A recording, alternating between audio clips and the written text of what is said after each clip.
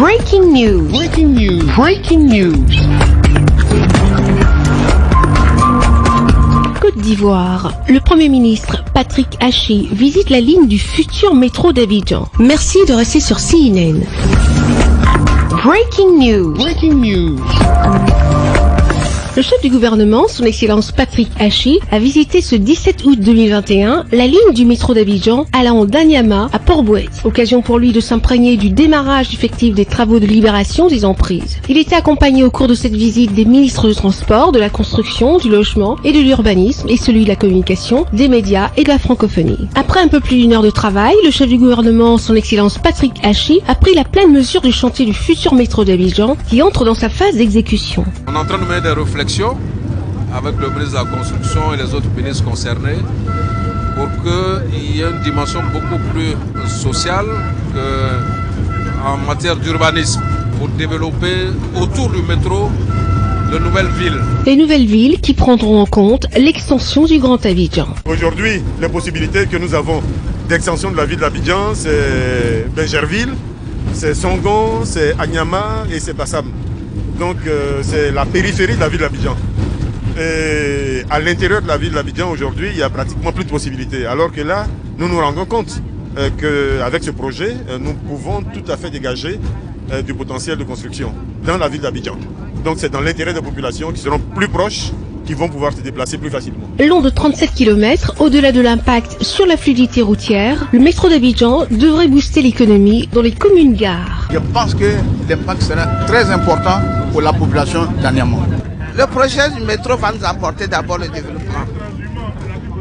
Parce que ça va créer des emplois. Ça va nous permettre aussi de moderniser un tant soit peu notre commune en termes de logement, en termes de structures commerciales, puisque Adjamé est une commune de commerce. Après la première phase de lancement qui a permis d'achever les études d'exécution, comprenant l'identification du tracé et des gares, la seconde phase a consisté à voir tout au long des emprises les bâtis existants et de savoir les contraintes liées à leur libération. Pour Patrick Hachi, chef du gouvernement, ce projet transformera la ville d'Abidjan. Nous sommes venus avec bien sûr les ministres concernés, le ministre du Transport, le ministre de la Construction, mais également avec les maires qui ont sensibilisé les populations pour que les choses se fassent de la manière la plus humaine possible. Mais également regarder à travers ce projet avec le ministre de la Construction et de l'Urbanisme le côté aménagement urbain, réaménager avec des logements sociaux, avec des logements à loyer modéré, en phase et en adéquation avec la qualité et les standards du métro qui vont être mis à disposition. Beaucoup de populations, vous allez vous rendre compte qui aujourd'hui privilégient d'autres quartiers, vont s'orienter vers Anyama, Abobo, parce que naturellement, avec ce métro, ils sont à pratiquement 10-15 minutes et d'Adjamé, et du plateau, et de Port-Bouët. Donc c'est un projet majeur et il était important qu'avec les ministres, on fasse une dernière visite avant que les acteurs opérationnels sur le terrain véritablement se mettent à l'œuvre. Donc aujourd'hui, on est extrêmement satisfait. Ce n'est pas uniquement un métro qu'on construit, mais c'est véritablement la ville qu'on transforme. Ça va être l'un des projets phares, je crois, au cours des 5 prochaines années parmi les réalisations du président de la République. À terme, 8 stations, 21 ponts, rails et routes, un pont viaduc sur la lagune ébriée seront bâtis tout au long des 37 km que comptera la ligne 1 de notre métro pour permettre à plus de 500 000 Ivoiriennes et Ivoiriens de se déplacer chaque jour facilement, rapidement et économiquement.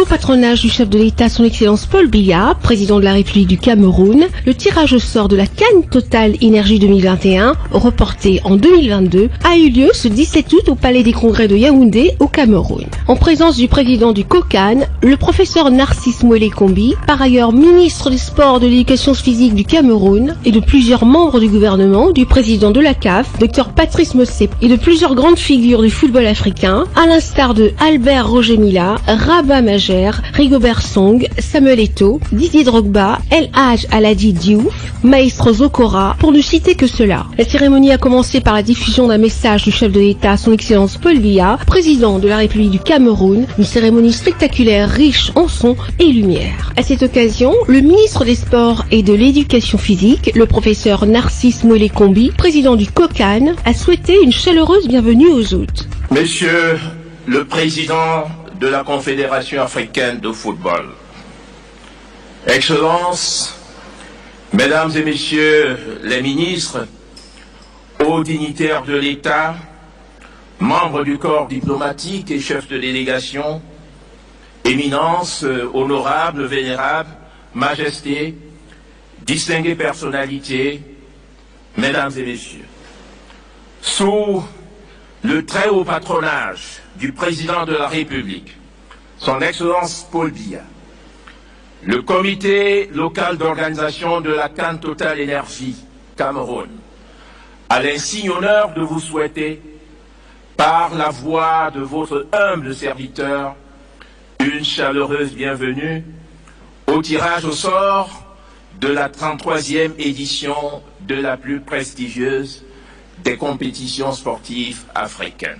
La légende du football africain et mondial, l'ambassadeur Albert Roger Mila, a présenté le trophée de la CAN Total Énergie 2021 aux convives. C'est vrai que nous sommes le pays organisateur. Je pense que pour atteindre le plus haut niveau, quand on parle du plus haut niveau, ça dit que la finale, et peut-être remporter le trophée, il va falloir être très fort. Très fort sur le terrain, très fort en dehors du terrain. Mais j'ai confiance à tous nos enfants, parce que personne en 2017 ne donnait le Cameroun favori. Donc nous avons donné des conseils à nos jeunes frères et ils nous ont amenés à la victoire finale. Et je suis convaincu que sûrement c'est cette CAN qui se joue dans notre pays que nous irons jusqu'au bout. Le président de la CAF, Dr Patrice Motsepe, a dit sa satisfaction d'être au Cameroun. So beautiful and wonderful for all of us to be in this beautiful country. It's a great honor for CAF.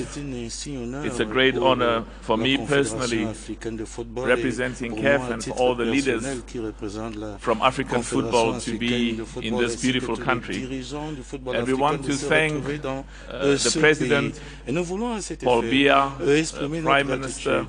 We also want to thank my brother, the Minister of Sports and Chairman of COCAN, Professor Narcisse Moïle Kombi, for the partnership and the commitment. I also want to recognize the President of FECAFOOT, my brother Seydou Mbombo Njoya. The CAF Vice Presidents, I saw my brother there, Senghor, and all the other Vice Presidents who are here. The members of the CAF Executive who are with us, thanks for the wonderful work that you've been doing. The CAF Member Associations on the 54 countries who are from the 54 countries on the African continent, zonal presidents and other CAF leaders, as well as the sponsors of CAF, the current sponsors, Total Energies and all of the sponsors, and the sponsors, the potential new sponsors that we've been talking to, because we recognize that we need the financial support, we need the resources for African football to succeed. And I want to thank all of the football lovers, people who love football in Africa as well as worldwide. Pour procéder à ce tirage au sort, les 24 sélections étaient réparties dans 4 pots en fonction du dernier classement FIFA, établi le 12 août. Ainsi, le Cameroun, pays hôte, le Sénégal, la Tunisie, l'Algérie, le Maroc et le Nigeria ne pouvaient pas figurer dans la même poule. Les stars du football africain, entre autres les Camerounais Samuel Eto'o et Gaël Nganamoui, l'Ivoirien Didier Drogba, l'Algérien Rabat Majer et le Ghanéen Asamoah Gyan, qui ont réalisé ce tirage au sort. La compétition aura lieu du 9 janvier au 6 février 2021 dans les 4 villes du Cameroun, Yaoundé, Douala, Garoua, Limbe, Bafoussam. Le match d'ouverture opposera le Cameroun au Burkina Faso au stade Olembe de Yaoundé le 9 janvier 2022.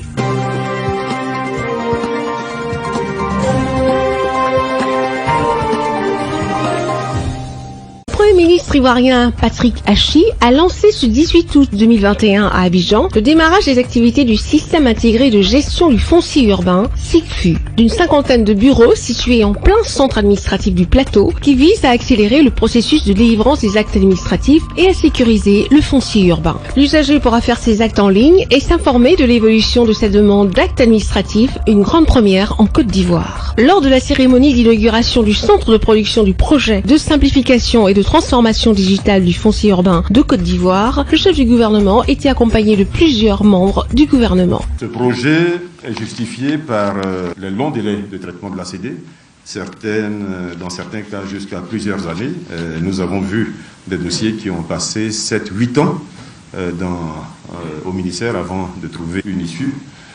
Les référentiels de positionnement non homogènes, donc les aspects géodésie, où chacun des acteurs avait des instruments de mesure et des modes de calcul propres, sans qu'il y ait concordance entre nous, ce qui générait bien entendu un grand nombre de litiges.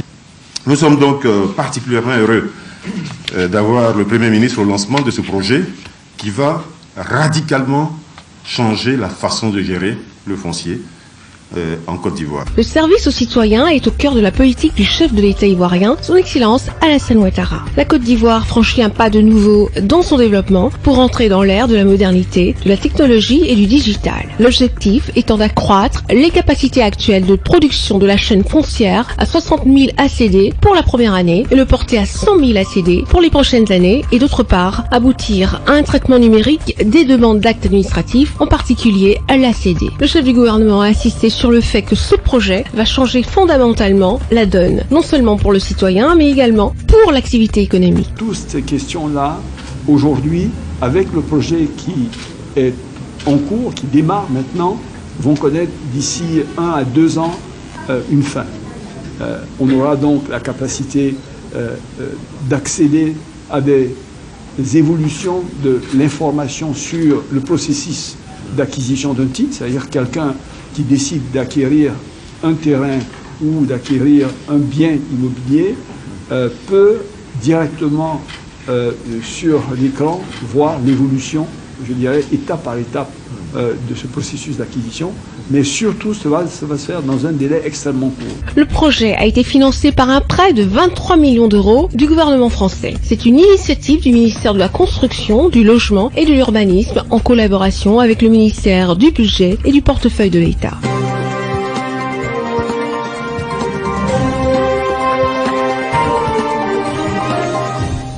La CEA et l'Union africaine ont travaillé pour procurer à peu près 30% de vaccins sur le continent. Je crois que les vaccins pour le Cameroun dans ce premier lot est arrivé vendredi soir et donc nous l'avons reçu. Nous espérons que nous aimerons avoir au moins 10% des populations africaines qui sont vaccinées à la fin de septembre et 30% à la fin de l'année. Nous encourageons tout le pays, donc nous avons discuté un peu de quelles sont les démarches que nous pouvons faire pour accélérer un peu l'acceptation des vaccins. Nous voyons aujourd'hui que 88% des gens qui sont hospitalisés sont ceux qui n'ont pas été vaccinés. Je crois que nous sommes déjà en train de parler d'une nouvelle variante. Nous sommes en train de parler de besoins de boosters, des vaccins boosters. Évidemment, nous avons une population très jeune, mais quand nous regardons ce qui se passe au Sénégal, au Botswana et évidemment au Maroc, nous voyons qu'il y a beaucoup plus de jeunes entre l'âge de 20 ans et de 35 ans qui sont en train d'être atteints. C'est l'un des appuis qu'offre l'Union africaine et la CEA au Cameroun. Reçu ce jour en audience dans la capitale politique Yaoundé par Louis-Paul Motazé, ministre des Finances, Vera Songé, secrétaire générale adjointe des Nations Unies, par ailleurs secrétaire exécutif de la Commission économique pour l'Afrique, a transmis les différents soutiens qu'octroient ces organismes au Cameroun. Accompagné de quelques membres, le chef de la mission diplomatique a évoqué les problèmes de l'emploi des jeunes et de l'économie. Nous avons parlé de la question de l'emploi, nous avons parlé de la création des filières éventuellement industrielles dans les régions, filières bois, Nous avons parlé de l'information de télécommunication, l'informatique. Nous aimerons renforcer les réseaux de broadband. Si vous avez suivi il y a à peu près 3 semaines, 1 mois, on avait fait une training pour les jeunes filles entre 18 et 24 ans avec la CEA sur la digitalisation, le robotique, le Internet of Things. Et sur ces 2 semaines, nous allons lancer la fin de la compétition. Mais il y en a eu 8000 jeunes filles camerounaises, Yaoundé, Douala et Boya, qui ont participé. Et vraiment avec des innovations, nous pensons, idéales, qui pouvaient eux-mêmes créer l'emploi, s'autonomiser. Et donc renforcer le broadband, réduire le coût de l'Internet, c'est quelque chose que nous continuerons à travailler avec le ministre des Finances. Et puis finalement, dans le cadre international, Monsieur le ministre de Finances, le Cameroun, nous sommes tous en train de voir comment est-ce que l'Afrique peut avoir accès à plus de fonds. Nous sommes en train de vivre un peu le lancement de ce que nous appelons les DTS, les droits de tirage spéciaux. Est-ce que ce droit de tirage spéciaux peut être rétrocédé pour que l'Afrique puisse avoir un peu plus de fonds pour accélérer son développement? Tous ces projets sont des éléments qui se trouvent dans la stratégie nationale de développement 2020-2030. Celle-ci a été élaborée et mise en œuvre au Cameroun depuis le 1er janvier 2021. Le Cameroun est sur la voie pour atteindre les objectifs contenus dans l'agenda 2030 établi par les États membres des Nations Unies.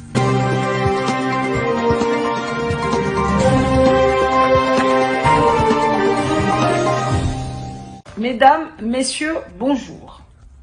Avant son retour prochain en Côte d'Ivoire, le président du COGEP, le camarade Charles Blé Goudé, a procédé à un réajustement technique de son cabinet et à des nominations.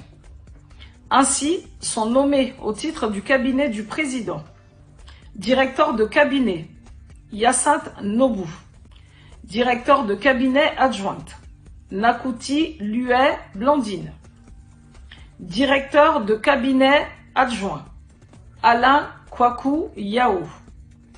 Chef de cabinet, Joël Poté. Chef de cabinet adjoint, Ibrahim Timité. Chef de cabinet adjoint, Madé Gueux. Secrétaire général, Armand Dago. Secrétaire générale adjointe, Carole Kadia Niepo. Secrétaire général adjoint, Hilaire Nassa.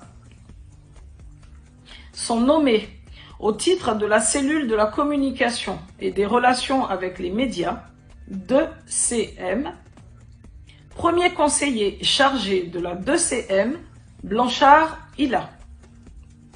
Deuxième conseiller chargé de la 2CM, Mabo Abbé. Conseillère spéciale chargée des finances, Jeanne Tillman. Par ailleurs, le président a mis en place une cellule politique composée de conseillers spéciaux et techniques. Pour des raisons stratégiques, la liste des responsables de cette cellule ainsi que des autres membres du cabinet fera l'objet d'une communication interne au cours de la première réunion du cabinet qui se tiendra dans les jours prochains. Au titre du parti, est nommé secrétaire général, porte-parole du parti, Dr Patrice Saraka. En attendant le retour au pays du président pour la nomination de la direction du parti, il est demandé au secrétaire général, dans un délai de 7 jours à compter de la présente décision, la mise en place d'un comité opérationnel élargi devant assurer la vie et le bon fonctionnement du parti. Il en ressort donc que la nouvelle direction du COGEP sera connue lorsque son président sera en Côte d'Ivoire. Le président du parti, le camarade Charles Blé Goudé, tient à féliciter tous les camarades responsables et les militants du COGEP pour leur discipline. Il les encourage à continuer dans cet élan constructif et responsable. Ensemble, dans la complémentarité, nous serons à la hauteur de nos engagements vis-à-vis du peuple de Côte d'Ivoire. Fait à Genève, le 18 août 2021.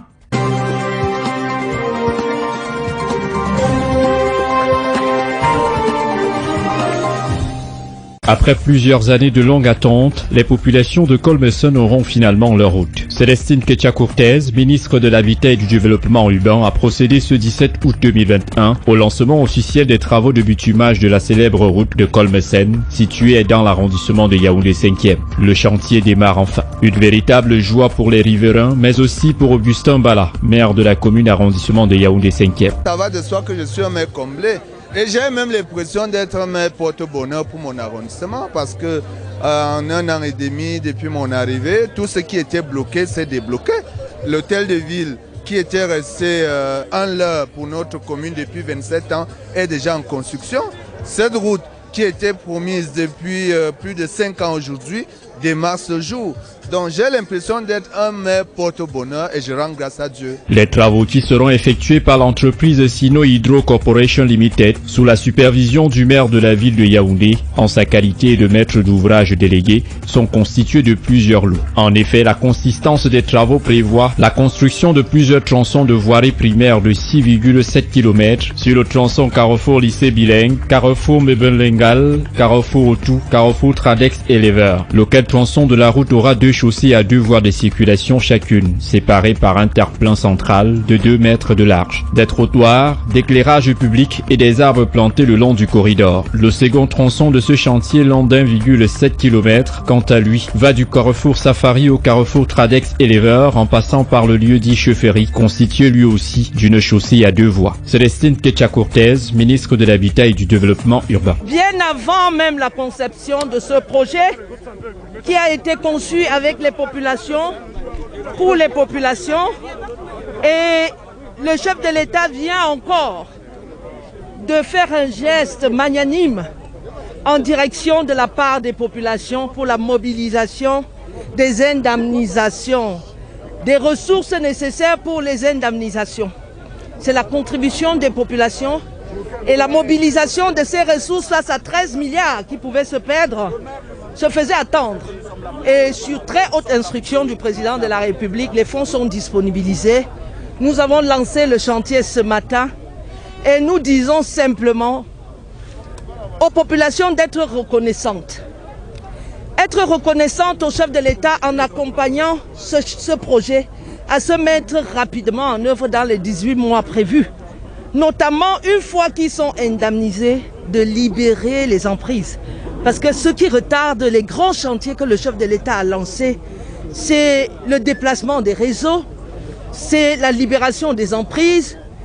Les fonds ont été mobilisés et il y a eu des témoignages des personnes qui ont été impactées et qui ont déjà reçu leur indemnisation. Pour ce qui est des déplacements des réseaux, nous allons mettre en place une équipe forte avec l'ensemble des acteurs qui travailleront au terme des réunions de chantier, qu'on ne nous dise pas qu'il y a des problèmes de déplacement des réseaux.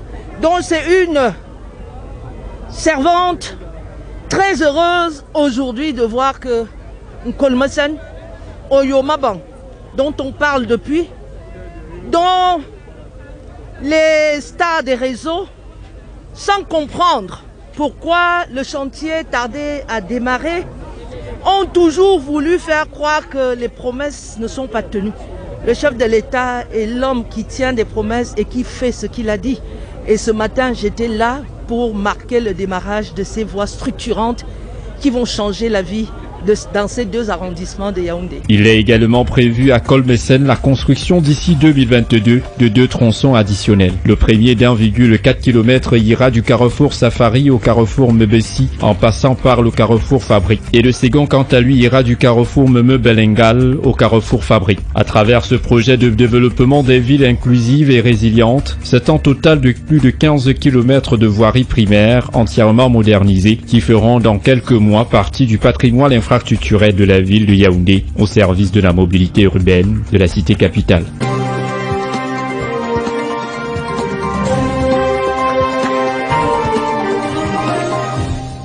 À mi-parcours du 27e congrès de l'UPU, l'Union Postale Universelle, qui se tient du 9 au 27 août 2021 à Abidjan, ce mercredi 18 août 2021, a été marqué par la prise de parole exclusive du directeur général de la Poste de Côte d'Ivoire face à la presse nationale et internationale pour répondre à un certain nombre d'interrogations. On a bien compris que si on ne se réveille pas et si on ne se réinvente pas, on va mourir.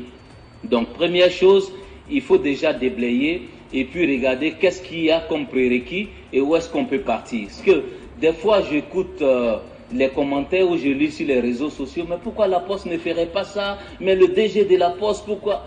Mais la Poste, c'est pas une start-up. Ou quand on a la petite idée, on l'implémente. C'est une grosse administration et l'exercice que nous sommes en train de faire, c'est de la passer d'une grosse administration à une entreprise de logistique et d'électronique. Donc ça déjà, ça demande, et les pays qui ont réussi, qui sont là dans l'auditorium du Palais des Congrès de l'Hôtel Ivoire peuvent vous le dire. C'est des processus qui sont en route depuis 20 ans, 25 ans. Donc quand on est assis sur le confort de son salon, devant son écran ou dans son Facebook, il faut relativiser. D'accord? Mais ce qu'on peut dire, c'est qu'on a compris qu'à un moment donné, il faut faire l'état des lieux et puis se baser sur déjà les acquis et puis mettre une petite dose de modernisme. Donc on ne se porte pas plus mieux que les autres, mais on a quand même un début de transformation et de modernisation avec une petite touche du digital parce que l'activité traditionnelle ne va pas disparaître, mais il faut mettre une dose de digital. Parce que quand on dit que les TIC sont arrivés, donc la Poste a des problèmes, demandez aux Ivoiriens. On a une responsabilité de leur donner de la culture sur la Poste. Parce que même quand vous faites un micro-trottoir, les Ivoiriens disent oui, avec SMS et puis email, est-ce que la Poste existe toujours? Mais parce qu'ils ont réduit la Poste au courrier. Mais la Poste peut exister toujours parce que son rôle, c'est l'acheminement et la distribution. Quand tu es à Abidjan, que tu es né à Daloa, tu peux commander online ton extrait de naissance et puis la Poste t'envoie. Mais c'est le métier d'acheminement, mais avec une petite dose de digital. Donc le métier traditionnel est fixé, mais le modernisme est venu pour donner à la Poste d'exister. Donc on dit, ah, mais fallait expliquer ça comme ça, donc la Poste est importante.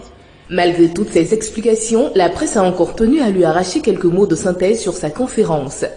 La Poste de Côte d'Ivoire se porte de mieux en mieux. Elle a beaucoup de travail à faire pour qu'elle puisse être dans le quotidien des Ivoiriens. Mais ce que je retiens, c'est qu'une partie de la stratégie postale mondiale, c'est de faire des opérateurs postaux des points de prestation de services aux citoyens. La présence postale sur l'étendue du territoire est un atout pour que nous puissions accompagner nos concitoyens dans les services administratifs, financiers et digitaux. Une photo de famille autour du directeur général de la Poste de Côte d'Ivoire, M. Isaac Yaoyamba, a clos cette conférence de presse nationale et internationale. Il était 16h48.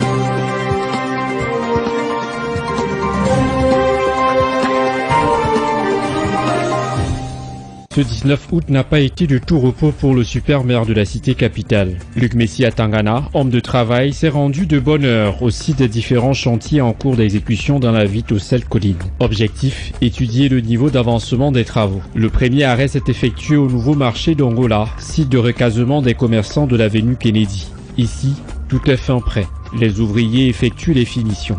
Ici, c'est le chantier du site SHO. L'ancien magasin SHO, où nous construisons un complexe commercial qui a déjà un nom. Je peux le donner ici puisque le conseil de communauté, lors de sa session ordinaire du 6 août dernier, a baptisé ce complexe commercial Marché Angola. Donc on peut déjà donner ce nom. Alors, ce complexe va abriter, en dehors des boutiques modernes, à hauteur, nous avons un espace réservé aux sauveteurs, où nous avons construit 3 grands hangars de très grande capacité. Les sauveteurs de l'avenue Kennedy seront recasés ici. Ils ont déjà visité ce site avec nous. Ils auront à un emplacement à côté de nous, un espace pour la prière. Et au fond, c'est la salle d'eau. La salle d'eau, toilette et puis lavabo. Et il fallait qu'on qu'on revêtisse cette voie d'entrée qui est très large. Et cela nous a pris un certain temps, un temps assez long, puisqu'on entrera par un côté et on en sortira les visiteurs, et les clients et les commerçants entreront par une voie et en sortiront par une autre. Un véritable complexe commercial moderne qui fera d'ici le mois de septembre la fierté non seulement des sauveteurs de l'avenue Kennedy, mais aussi et surtout des populations de la ville de Yaoundé. Après le marché d'Angola, le maire de la ville s'est rendu également au site de construction d'une station de boue et de vidange à Etoa, située dans l'arrondissement de Yaoundé 3e, sur l'Arse Douala Yaoundé. Luc Messi Atangana et sa forte délégation ont fait le tour du chantier en notant les progrès observés. La mairie de la ville ne peut que remercier le directeur général à qui la mairie de la ville a confié ce chantier il y a quelques mois. Et ils l'ont exécuté presque dans les délais. Je crois qu'on a eu à faire juste une rallonge d'un mois par rapport au délai. Donc nous sommes contents de ce travail. Et la mairie de la ville va continuer à réaliser des infrastructures d'intérêt commun ou communautaire pour que les populations de la ville puissent vivre dans un cadre agréable. Des observations et appréciations qui n'ont pas laissé les responsables de ce chantier indifférents. C'est un acquis pour la mairie de Yaoundé et c'est très important parce que le traitement de boue c'est quelque chose qui est très important pour une ville. Et quand on a un ouvrage comme ça, on doit être fier de ça parce que ça rend la vie beaucoup plus propre et on répond à beaucoup de critères environnementaux. C'est un rêve qui devient réalité. Nous quittons d'un site de dépotage sauvage à une station de traitement de boue de vidange. En tant que avoir cette infrastructure, nous avons le devoir de bien l'entretenir, d'accueillir les camions qui viendront dépoter ici. Et je pense que nous avons l'expertise avec la gestion, de mieux gérer cette station. À l'approche de la Coupe d'Afrique des Nations qui se déroulera d'ici le 9 janvier prochain en terre camerounaise, le maire de la ville de Yaoundé a fait de l'aménagement et de l'assainissement de la cité capitale son véritable cheval de bataille. Merci d'être sur CNN, la télévision autrement. Les programmes se poursuivent. Retrouvez en ligne toute l'info en continu sur CWeb Info, 100% info, non-stop.